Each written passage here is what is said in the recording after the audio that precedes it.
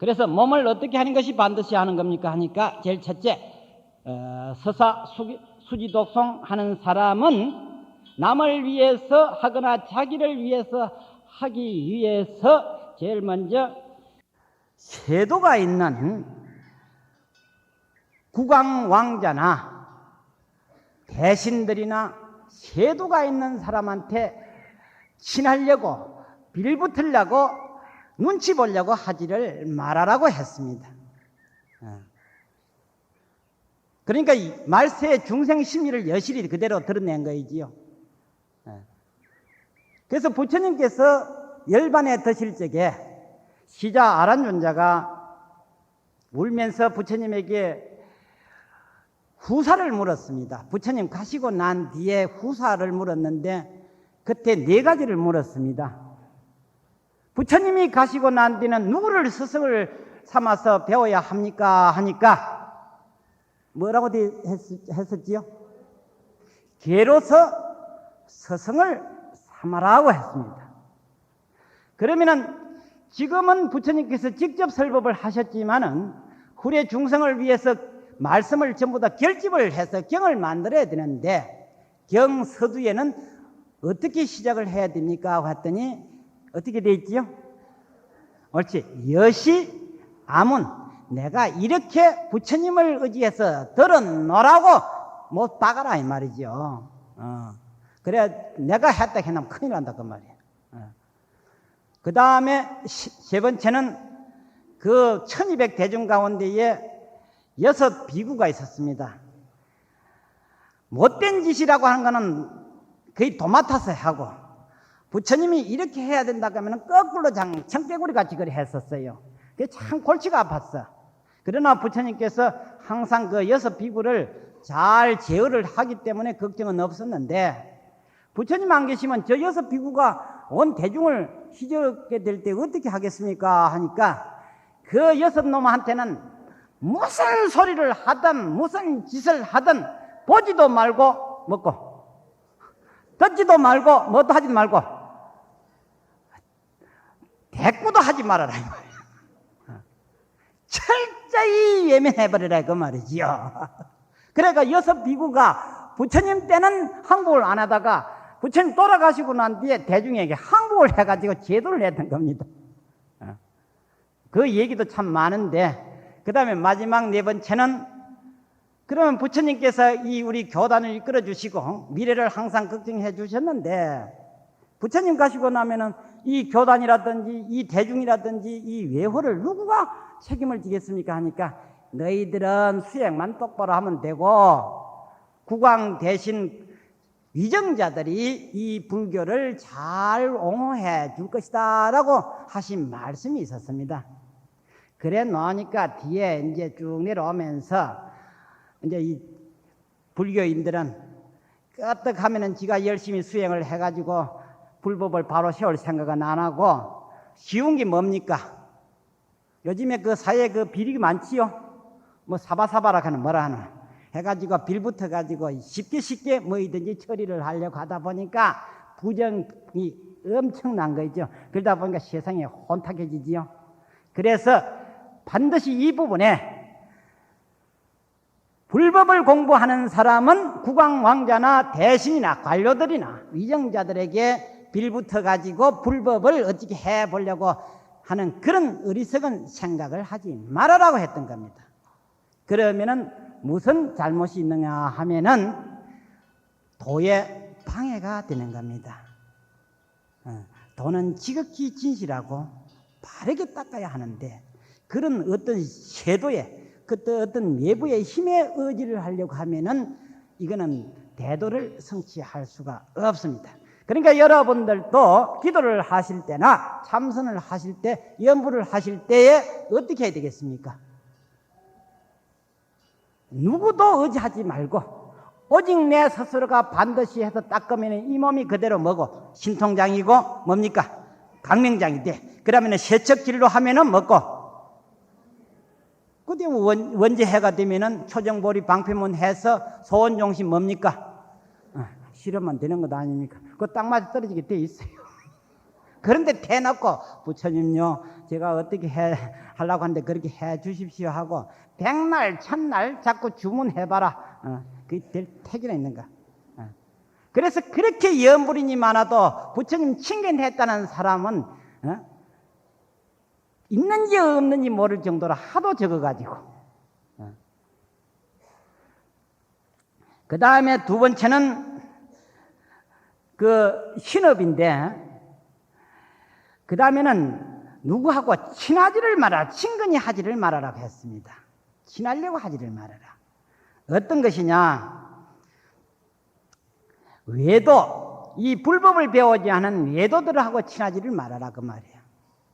그리고 뭐 이 중에도 있을런지 모르지만은 그 요행을 바라고 점치고 뭐 하는 그런 사람들이 있지요. 그 이상 요사스러운 짓 그렇게 하지 말아라. 그러면은 그 사람은 삿되어서 절대로 이 대성법을 터득을 하지를 못한다 그 말이에요.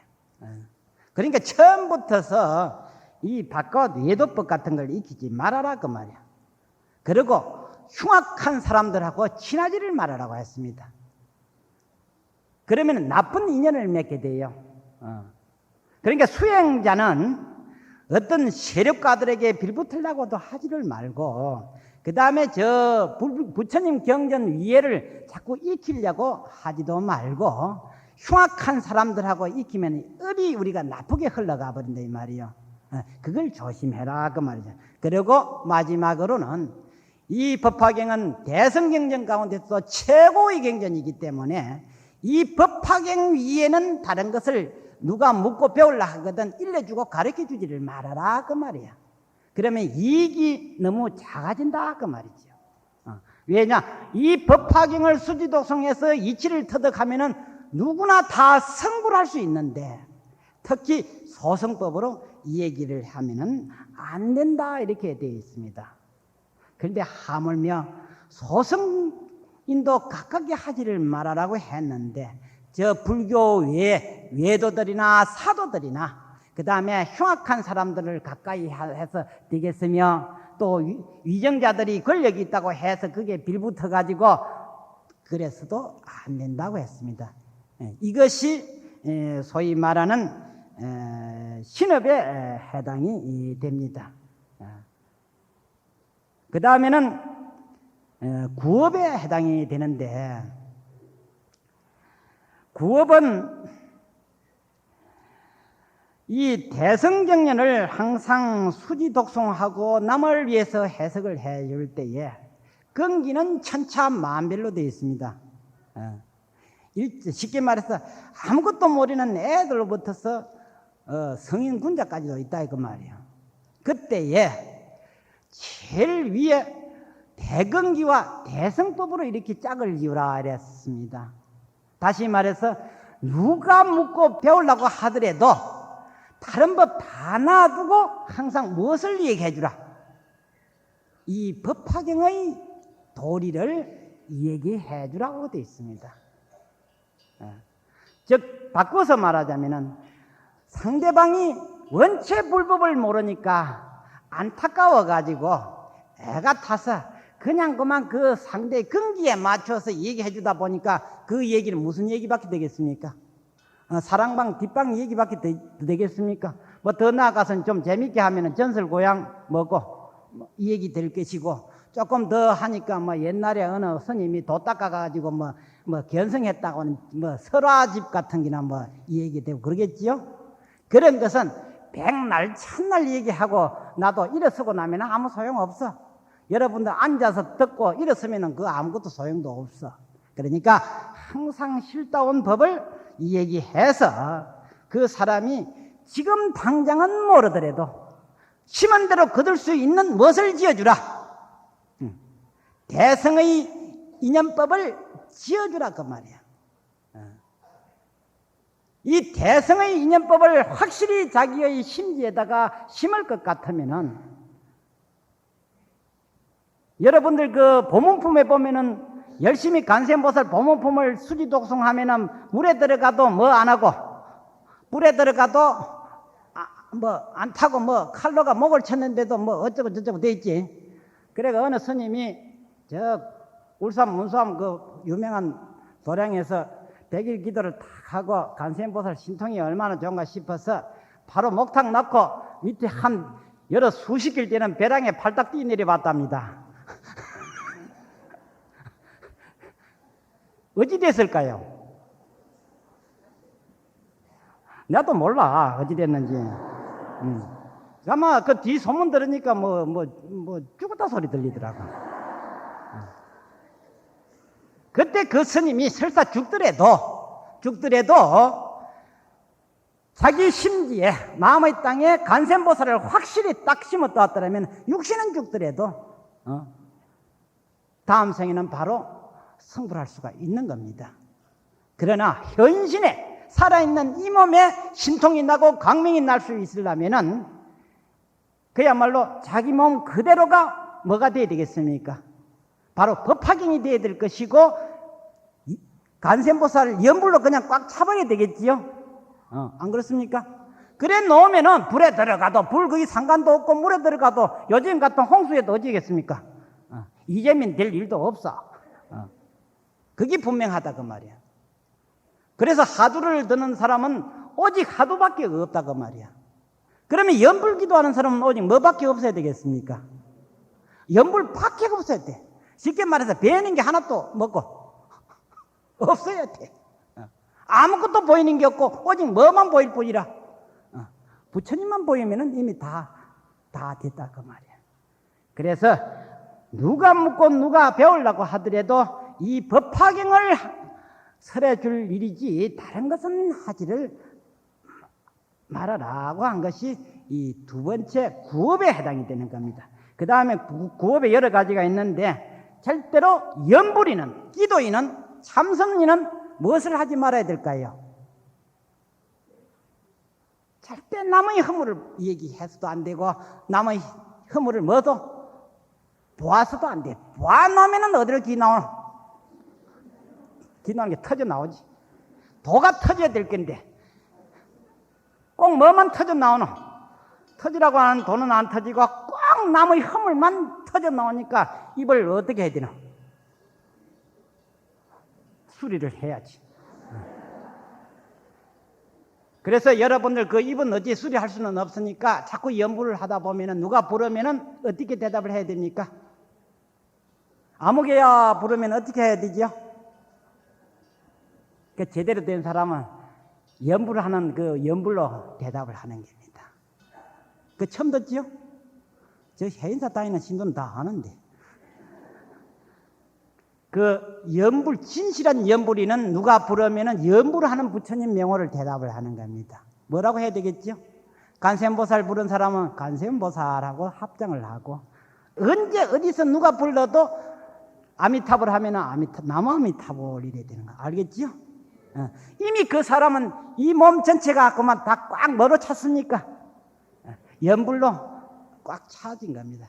그때서 뭐가 이제 되기 시작을 하려고 할 때인데 누가 부르면 너 이렇게 하면 이미 그 순간에 부처님은 어딜 가버렸나?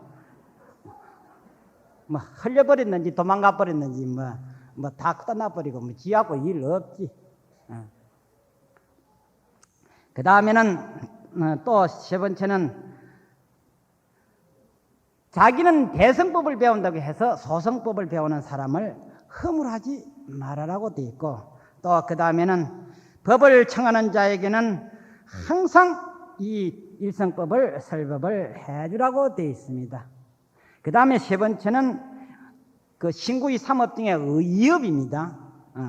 뜻으로는 어떻게 되느냐?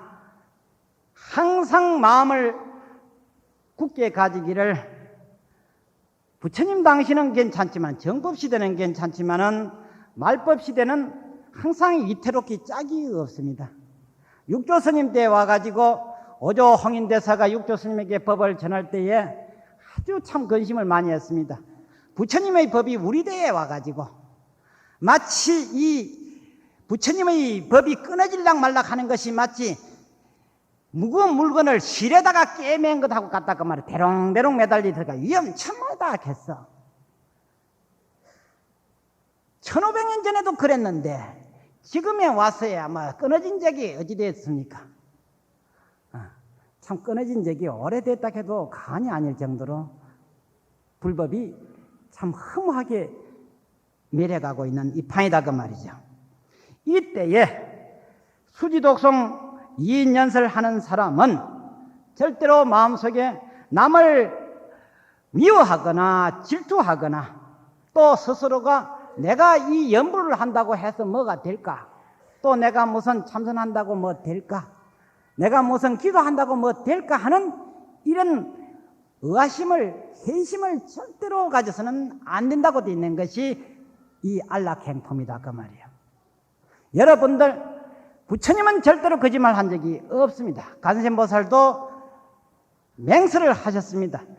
나를 일주일 동안에 지극정성으로 밤낮없이 불러서 내가 현신하지 않거나 감흥이 없을 때는 나는 중생을 거짓말하고 속인 죄로 혀를 빼는 발설지옥에 내가 제일 먼저 간다라고까지 한 이상 연불이니 내가 연불을 하는데 뭐가 이게 될란가 말란가 이런 생각을 가지면은 언제부터 틀렸지요? 시작하기 전부터 이미 그 사람은 텄어. 그러니까 부처님과 부처님 법 일체 거짓말을 한 적이 없으니까 열심히 할 뿐이지 다른 것은 절대로 생각을 가져서는 안 된다는 겁니다. 이거 오늘 잘 들어주세요. 일체 중생에게는 항상 불상이 여기는 자비심을 가지는 자비상을 가지고, 두 번째 일체 모든 부처님에게는 무슨 상을 가져야 될까요? 부모와 같은 자부상을 가지라 그 말이야. 이거 꼭 가져야 돼요.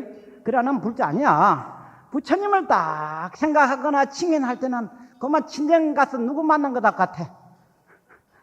친정 부모 만난 것 같이 그만 눈물이 지절로 그만 쏟아져야 돼. 막 서러움이 그만 부모 만나면 지절로 그만 자기도 모르게 눈물이 쭉 나는 게, 부처님 앞에만 오면 그만 내 업장 두턴 것이 부끄럽고 한심하고 막 해가지고 아이고 부처님 뭐 하고 그만 지절로 그만 눈물이 쏟아지는 그런 형상이 바로 자부상이다 그 말이에요. 부처님을 부모와 같이 얘기라 됐고, 그 다음에 일체 대보살에게는 문수보살, 보현, 간암, 세지 이런 대보살에게는 우리를 깨우쳐 줄 수 있는 문수보살도 하기도 하지만 문수대사, 그렇지요, 대사, 아주 큰 스승이다 이 말이야. 대스승의 상을 항상 가지라 그 말이야. 항상 스승의 예를 생각을 가져서 공경하고 예배하고 항상 그리하란 말이야. 그리고 마지막으로 특히 일체 중생에게는 항상 평등한 마음으로 평등히 설법을 해주는 것이 구업으로서 지켜야 할 대목이다 이 말이죠. 그 다음에 마지막으로 네 번째 대비행을 행하는 것이 안락행이라고 했습니다. 어떤 마음이 대비심이냐? 내가 성불을 해서 부처님 법이 끊어지지 않도록 하고, 또한 부처님이 이 세상에 오신 뜻이 오직 다만 오로지 중생을 제도하기 위해서 오셨습니다. 그 책임을 내가 다 짊어진다 이 말이에요. 이게 대비심이다 이 말이에요. 여러분들 집의 일도 그렇지요. 부모의 가업을 내가 어쨌든 자식된 도리로서 어떻게 되나 다 짊어지고, 또 이것이 끊어지지 않도록 누구에게? 내 자식에게 물려주어야 의무와 책임이 다하는 겁니다. 그와 같듯이 자비심이라 대비심이라고 하는 말은 그냥 남을 불쌍히 여기는 마음이 대비심이 아니라, 저 중생이 불쌍하니까 내가 다 제도해야 되겠다 그 말이야. 다 제도하려니 내도 뭔데? 내도 범부 중생인 주제에 누구를 제도하노 그 말이야. 그러니 급승무가 먹고 내가 빨리 무엇을 해야 되겠다? 도를 이루어서 저 중생을 내가 낭님없이 내하고 인연 있는 중생은 내가 성불을 할 때 하나도 빠짐없이 몽탕 다 어떻게 해야 되겠다? 다 성불해야 되겠다고 하는 생각을 가지는 것이 바로 뭔 생각이다? 대비행이다 이 말이에요. 이것이 보살 행품의 전부라고 할 수는 있습니다만 너무나 건너뛰다가 보니까 여러분들이 이해가 잘 안 갈 대목은 뭐 주지 스님이 내보고 1시간만 하라고 하는데 뭐 어쩔 길은 할 수 없는 게지 뭐. 시간이 다 됐으니까 나머지는 또 다른 큰 스님네들이 또 하실 겁니다. 그리고 뒤에 분별 공덕품은요, 부처님께서 이렇게 법문을 쭉 해내려 가시다 보니까 그때 모인 대중이 수억만 대중이었다고 되어 있습니다. 우리가 보는 이 안목하고 부처님의 세계는 다릅니다. 우리 안목은 지 업대로밖에 못 봐요. 작은 것도 못 보고 큰 것도 못 보고 뒤에 숨어 있는 거는 못 보고 뒤에 있는 것도 못 보고 어두운 건 못 보고 뭐 전부 그렇지요? 꼭 지 눈에 맞는 안경이만 보이는 게 있거든요. 부처님의 안목으로 보면은 수억만억 대중이 법화경을 듣고 다 수기를 받고 무량한 공덕을 얻었기 때문에 분별 공덕이라고 그렇게 했습니다. 그 뒤에 이제 재미난 얘기가 많은데 왜 그럼 부처님께서 말라고 오래오래 계시면 될 건데 왜 자꾸 돌아가시려고 합니까? 오늘 밤에 왜 돌아가시려고 합니까? 하니까 내가 태양과 같이 함재도 찌고 뜬 적이 없는데 땅에 있는 중생들이 괜히 해가 떴다 졌다 그러고 합니다. 어쩝니까? 해가 떴다 졌다 합니까? 지구 지가 뺑뺑이를 돕니까? 지가 돌아놓고 가만히 있는 부처님을 보고 돌아가셨다 뭐 출연하셨다고 하는데 나는 그런 게 아니고 상주설법 하는데 영원히 이 사바세계에 머물러서 영원토록 중생을 위해가 설법을 하고 있는데 왜 내가 그런 모습을 보이고 그런 말을 하느냐면은 박복한 중생들을 위해서 신심 없는 중생을 위해서 내가 잠깐 어느 다른 데 갔다가 또 오다 보니까 내가 죽었다 태어났다 이렇게 사는다 이렇게 해서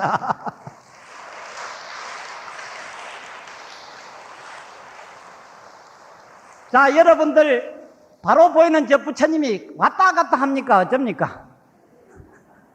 지가 가면은 부처님이 가버리고 여러분들 오니까 부처님 어쩝니까? 먼저 와 계시지요?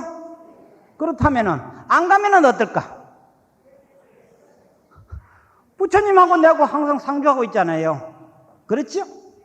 중생지가 스스로 전도돼 가지고 망상을 일으키기 때문에 부처님이 돌아가시기도 하고 부처님이 출연하시기도 하고 성불도 했다가 이랬다 저랬다 하는 게 우리 마음이 이 신구의 삼업과 대비심을 항상 가지면은 부처님이 출연하고 열반하고 하는 것이 없다고 하는 대목이 바로 분별 공덕품에 다 나오게 되는 겁니다.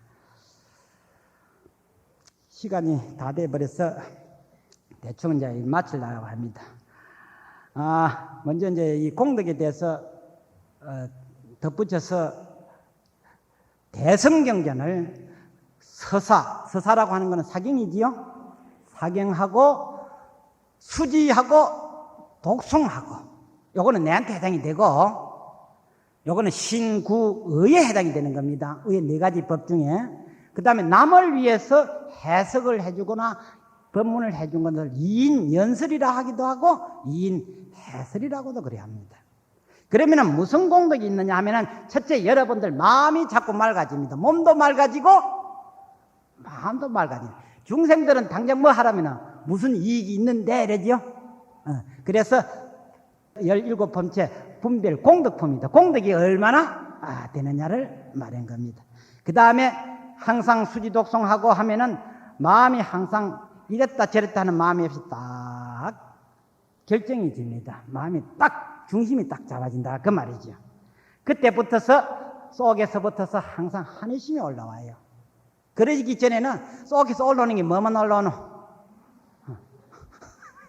스트레스만 올라오지요. 그러는데 참 묘하고 참 묘합니다. 묘할 몇자라고 해서 묘법화경이거든요. 알겠죠? 왜 법화경이라 안 하고 묘법화경이라 하냐면 참말로 신통방통해. 참말로 묘해. 한번 해보라고 자꾸 해보면은 마음이 딱 안정이 되고 결정이 되는 데부터서는 그때부터 속에서 살살 기쁨이 올라오더라 그 말이야. 안 해본 사람은 몰라. 답답한 놈은 해보야 돼. 한의심이 올라오고 그 다음에는 누가 수지독송하는 사람만 보면 눈이 파득 떠요. 뭐 아주 뭐 절친한 친구 만난 것 같이 보이고 안 한 사람은 있으면 보면 어쨌든 보면 뭐 눈이 막 티 나올라 하는 기고 뭐 저것도 사람이라고 말이 하는 그런 생각이 올라와. 그러니까 누가 수지 독송하는 사람이 있으면 참 보기가 좋아서 그만 그때부터 뭐가 어찌 될까? 그만 중무에서 막 나오는 거야. 그게 대중고향이 된다 이 말이야. 알겠죠? 대중고향 그렇게 한다 그 말이야. 그런데 들어보니까 주의 스님 오늘 대중고향 누가 하느냐 그러니까 왔다가 듣고만 다 도망가 버린다고 하나도 없더라고 보니까. 그렇게 찌만 뚝딱 따먹고 따라 놔버려. 그 불자가 아직 시원찮아서 그래. 이제 오늘부터는 되겠지 이제. 그래서 참으로 진심으로 붙어서 환희심이 올라오니까 부처님 경전을 수지독송하고 남을 얘기해 주는 사람 오시면 막 좋았어. 막 있는 거 뭐까지 다 내줘. 그거는 내가 모르겠다. 그 경상도 사람들 뭐 되게 좋으면 뭐까지 빼준다 이런 거 있지 않아요? 그게 헌납보시라 하는 겁니다. 불교 용어로. 자기 몸 통째로 그만 보시해버리는 환희심까지 난다 그 말이야. 그런 사람은 두려움이 없어진다 이 말이야. 알겠죠? 무슨 뭐 두려움이 없어져. 당당해지고 떳떳하고 말이야. 뭐든지 하면은 자신이 딱 생겨. 그런 게 있어 없어? 있으면 다행인데 이 많은 사람은 시원찮아가지고 누가 뭔 뒤산에 뭐 하면 뭐 돌고 굴러 내려올까 죽을까 싶어 도망가기 바쁘고 그러면 안 된다 이 말이야. 하늘이 무너지고 땅이 솟아도 이 불법을 배우는 사람은 조금도 동요함이 없는데 하물며 세상 살아가는 조그마한 일들이야. 그까지 그거 뭐 조금 참으면 될 거 아니가? 그렇죠? 그 다음에 또 남을 존중할 줄 알고 또 순리를 따를 줄 알고 남 하는 일 있으면 박수 칠 줄 알고 그러면 좋은 일 하는 말이야. 그 다음에는 한없는 즐거움, 마지막 즐거움이 난다라고 그렇게 되어 있습니다. 망망우주 인달수나 기계남아 대장분야 단덕심중 무일물하면 불참선녀 시공 부르다나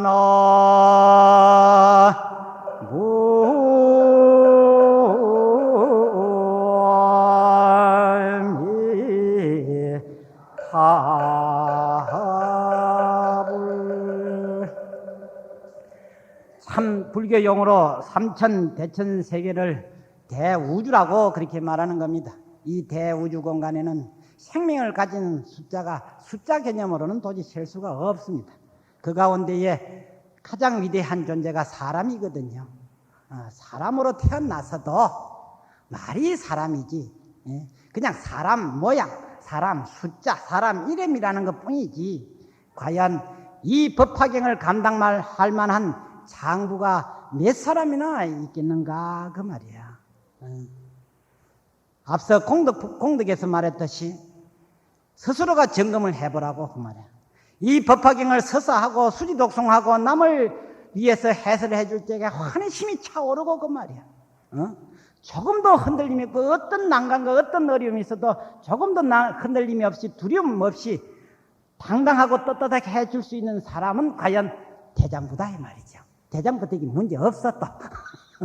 그러니까 여러분들 대장부 못됐다고 한탄할 것이 하나도 없고 법화경을 가지고 하면 자기 자신을 저울 일 한번 해보라 그 말이야. 왜냐? 쫄장부 중에 쫄장부라도 이 법화경의 공덕이 너무나 수성하기 때문에 법화경을 수지독송하고 남을 위해서 해석을 해주면은 일거에 1초에 열애지에 들어간다고 했듯이 일거에 대장부 반열에 올라설 수가 있어. 그것은 무엇로서 점검하느냐? 그저 환희심이 북받치고 말이야. 어떤 어려움과 어떤 두려움에도 조금도 동의하지 않냐고 어떤 세력이나 어떤 사마외도에도 조금도 동의함이 없는 사람은 이미 대장부 반열에 올라섰다 이 말이야. 그래서 단덕 심중 무일물 하면은 다만 각자 자기 마음에 가지고 있던 번뇌 망상이라 할까 그 지난날 나쁜 업장을 그냥 그대로 다 놓아버리면은 그 자리가 바로 대장부 자리다 그 말이야. 그 자리가 공부 자리지 공부 특별히 할 게 뭐 있느냐 그 말이죠. 그래서 불법을 알고 보면은 나 씻다가 뭐 만지기보다 코 만지기보다 더 쉽다 이랬어. 코 없는 사람은 할 수 없겠지만 그러니까 불법을 어떻게 보면 너무 어려서 입이 딱 벌어지고 알고 보면 너무 쉬워가지고 별것도 아닌 것 같아 그래요. 그럼 뭐가 불법인가? 오늘 말대로 내 몸 하나 딱 바로 하고 뭐 똑바로 하면은 입 딱 바로 하고 생각 똑바로 가지고 항상 남을 위해서 잘 해주면은 이것이 안락행이다 그 말이죠. 알겠죠? 이렇게 하면 되겠지요.